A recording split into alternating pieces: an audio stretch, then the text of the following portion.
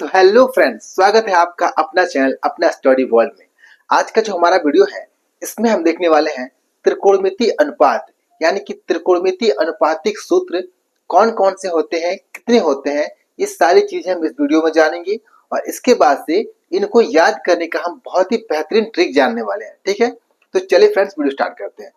देखिए, सबसे पहले हम जानेंगे कि समकोण त्रिभुज क्या होता है, क्योंकि समकोण त्रिभुज को हम त्रिकोणमिति का बेस मानते हैं, आधार मानते हैं। तो इसको जानना बहुत ही जरूरी है। ठीक है, तो सबसे पहले हम जानेंगे कि समकोण त्रिभुज क्या होता है। देखिए, इसे हम कहते हैं समकोण त्रिभुज, है ना। इसे हम कहते हैं समकोण त्रिभुज। अब कैसे हम जानेंगे कि समकोण त्रिभुज है?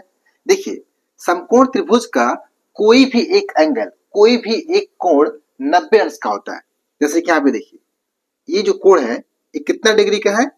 90 डिग्री का है। ठीक है, तो 90 अंश का ये कोण है। ठीक है, तो 90 अंश के कोण को हम कहते हैं समकोण, इसीलिए इस त्रिभुज को हम कहते हैं समकोण त्रिभुज। ठीक है, इतना समझ गए। अब इसके बाद से हम इसका नामकरण करेंगे। तो मान लेते हैं ये जो कोण है ये ए है, और इसको मान लेते हैं बी, और इसको मान लेते हैं सी। ठीक है, इतना समझ गए। अब देखिए, इसमें हम कैसे पहचानेंगे कि कौन सा लंब है, कौन सा कर्ण है, कौन सा आधार है ना। तो देखिए यहाँ पे, अगर मान लीजिए इस कोण को हम थीटा मानते हैं, ठीक है, इसको अगर हम थीटा मानते हैं, तो इस कोण के लिए, ठीक है, इसके ठीक सामने की जो भुजा होती है, ये वाली भुजा, इस थीटा के लिए, इस थीटा के ठीक सामने की जो भुजा होती है, ये वाली भुजा, इसको हम कहते हैं लंब। ठीक है, थीटा के ठीक सामने की जो भुजा होती है इसको हम कहते हैं लंब। तो ये हमारा क्या हो गया? लंब हो गया। ठीक है, ये हमारा लंब हो गया। ठीक है, और 90 अंश के कोण के ठीक सामने की जो भुजा होती है इसको हम कहते हैं कर्ण। इसके ठीक सामने की जो भुजा होगा ये होगा हमारा कर्ण। ठीक है, ये हो जाएगा कर्ण। और जो हमारा बच गया तीसरा भुजा, इसको हम कहेंगे आधार। ठीक है, ये हमारा हो जाएगा आधार।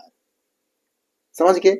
अब देखिए, इसको हम अंग्रेजी में कहते हैं हाइपोटेनियस, और इसको हम एच से दर्शाते हैं। ठीक है, और इसको हम कहते हैं परपेंडिकुलर, और इसको हम पी से दर्शाते हैं।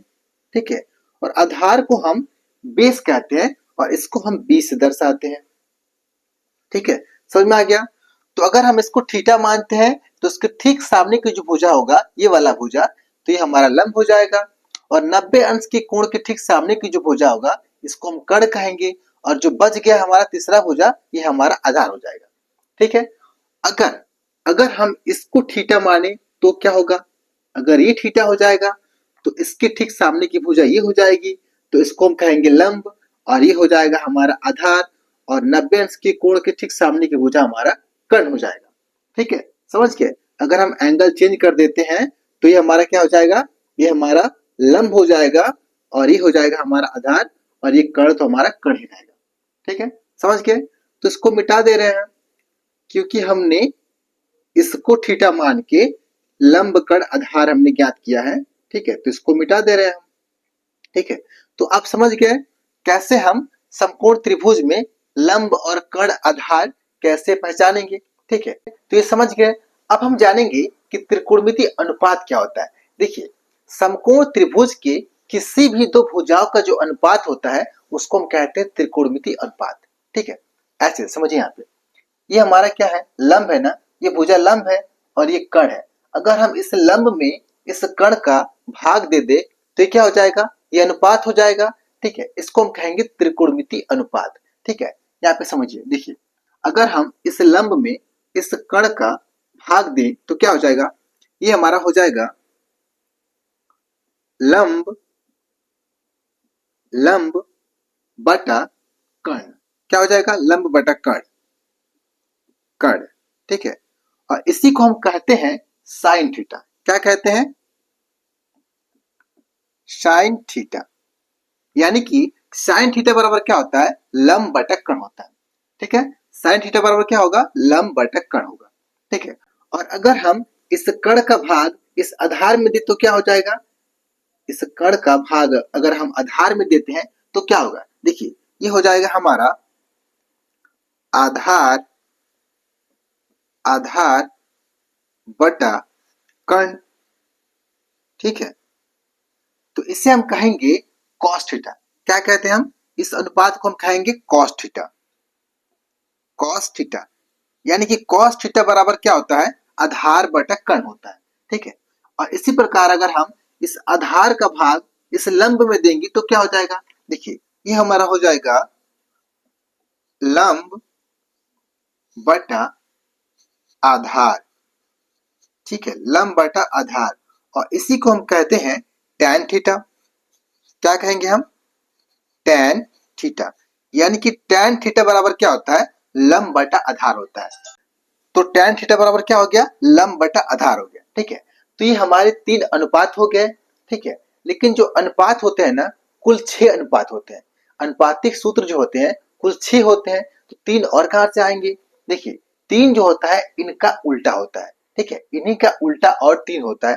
ठीक है, तो कैसे होगा? देखिए यहाँ पे ये हमारा साइन है ना, साइन थीटा बराबर क्या होता है? लंब बटा कर्ण होता है।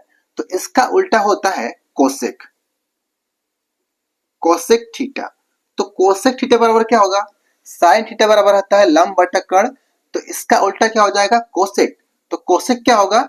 ये कर्ण ऊपर चला जाएगा और लंब नीचे आ जाएगा, तो ये हो जाएगा कर्ण बटा लंब। क्या हो जाएगा? कर्ण बटा लंब हो जाएगा। ठीक है, इसी प्रकार इस कॉस का उल्टा क्या होता है? कॉस का उल्टा होता है सेक, सेक यानी कि सेक थीटा। तो सेक थीटा बराबर क्या हो जाएगा? ये कर्ण ऊपर चला जाएगा और आधार नीचे आ जाएगा, तो ये हो जाएगा कर्ण बटा आधार। ठीक है, इसके बाद से टैन का उल्टा क्या होता है? टैन का उल्टा होता है कॉट। ठीक है, तो ये हो जाएगा कॉट थीटा। तो कॉट थीटा बराबर क्या हो जाएगा? ये आधार ऊपर चला जाएगा और लंब नीचे आ जाएगा, तो ये हो जाएगा आधार बटा लंब। ठीक है, आधार बटा लंब। तो ये हो जाएंगे हमारे 6 अनुपातिक सूत्र। अब इसको याद कैसे रखेंगे, ये सबसे बड़ी प्रॉब्लम है। तो देखिए, एकदम सिंपल सा ट्रिक है, एकदम आसान सा ट्रिक है, कुछ लोग जानते भी होंगे। ट्रिक क्या है? देखिए यहाँ पे ट्रिक हमारा है एल ए एल, लाल बटा कक्का, के के ए, कक्का। ठीक है, एल से होता है लंब, ए से होता है आधार, के से होता है कर्ण। ठीक है, समझ में आ गया? अब यहाँ पे ध्यान से देखिए, ये जो पहला वाला हमारा होता है, पहले वाला, इसको हम कहते हैं साइन। ठीक है, साइन। तो साइन थीटा बराबर क्या होता है? लंब बटा कर्ण होता है। क्या होता है? लंब बटा कर्ण। है ना, एकदम आसान है ना। देखिए, साइन बराबर क्या है? लंब बटा कर्ण, लंब बटा कर्ण। और ये हमारा होता है दूसरा वाला, इसको हम कहते हैं कॉस। ठीक है, तो कॉस बराबर क्या होगा? आधार बटा कर्ण। कॉस बराबर क्या है? आधार बटा कर्ण। और तीसरा वाला होता है, ये होता है टैन। क्या होता है? टैन। तो टैन बराबर क्या होता है? लंब बटा आधार। देखिए, लंब बटा आधार, एकदम आसानी से हम इसके माध्यम से इनको याद रख सकते हैं। ठीक है, अब यहाँ पे देखिए, साइन का उल्टा क्या होता है? साइन का उल्टा कोसेक होता है। तो कोसेक को हम यहाँ पे लिखेंगे कोसेक, और इसको हम देखेंगे नीचे से ऊपर, क्योंकि साइन जो है ऊपर से नीचे हमने देखा साइन को। ठीक है, तो इसका उल्टा होता है कोसेक, तो कोसेक को हम देखेंगे नीचे से ऊपर। ठीक है, तो कोसेक बराबर क्या हो जाएगा? ये होगा हमारा कर्ण बटा लंब। क्या हो जाएगा? कर्ण बटा लंब। देखिए यहाँ पे कोसेक बराबर क्या है? कर्ण बटा लंब। ठीक है, उसी प्रकार कॉस का उल्टा क्या होता है? सेक होता है, तो यहाँ पे लिखेंगे हम सेक। ठीक है, और इसको हम देखेंगे नीचे से ऊपर, क्योंकि ये कॉस का उल्टा होता है। ठीक है, तो सेक बराबर क्या हो जाएगा? कर्ण बटा आधार। देखिए यहाँ पे सेक बराबर कर्ण बटा आधार। इसी प्रकार टैन का उल्टा क्या होता है? कॉट होता है, तो यहाँ पे लिखेंगे हम कॉट। ठीक है, और इसको हम देखेंगे नीचे से ऊपर, क्योंकि ये टैन का उल्टा होता है, टैन का उल्टा होता है। ठीक है, तो क्या हो जाएगा? आधार बटा लंब। देखिए यहाँ पे कॉट का क्या है, आधार बटा लंब।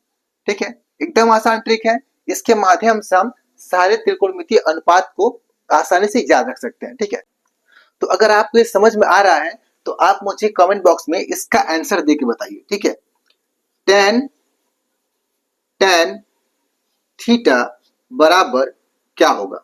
ठीक है, टेन थीटा बराबर क्या होगा, आप इसका आंसर कमेंट बॉक्स में दीजिए मुझे। ठीक है, तो इस वीडियो में इतना फ्रेंड्स। अगर आपको वीडियो पसंद है तो वीडियो को लाइक करें, और अभी तक चैनल को सब्सक्राइब नहीं किए हैं तो सब्सक्राइब जरूर कर लीजिएगा, क्योंकि इस चैनल पे इस तरह का वीडियो आता रहता है। Thank you friends.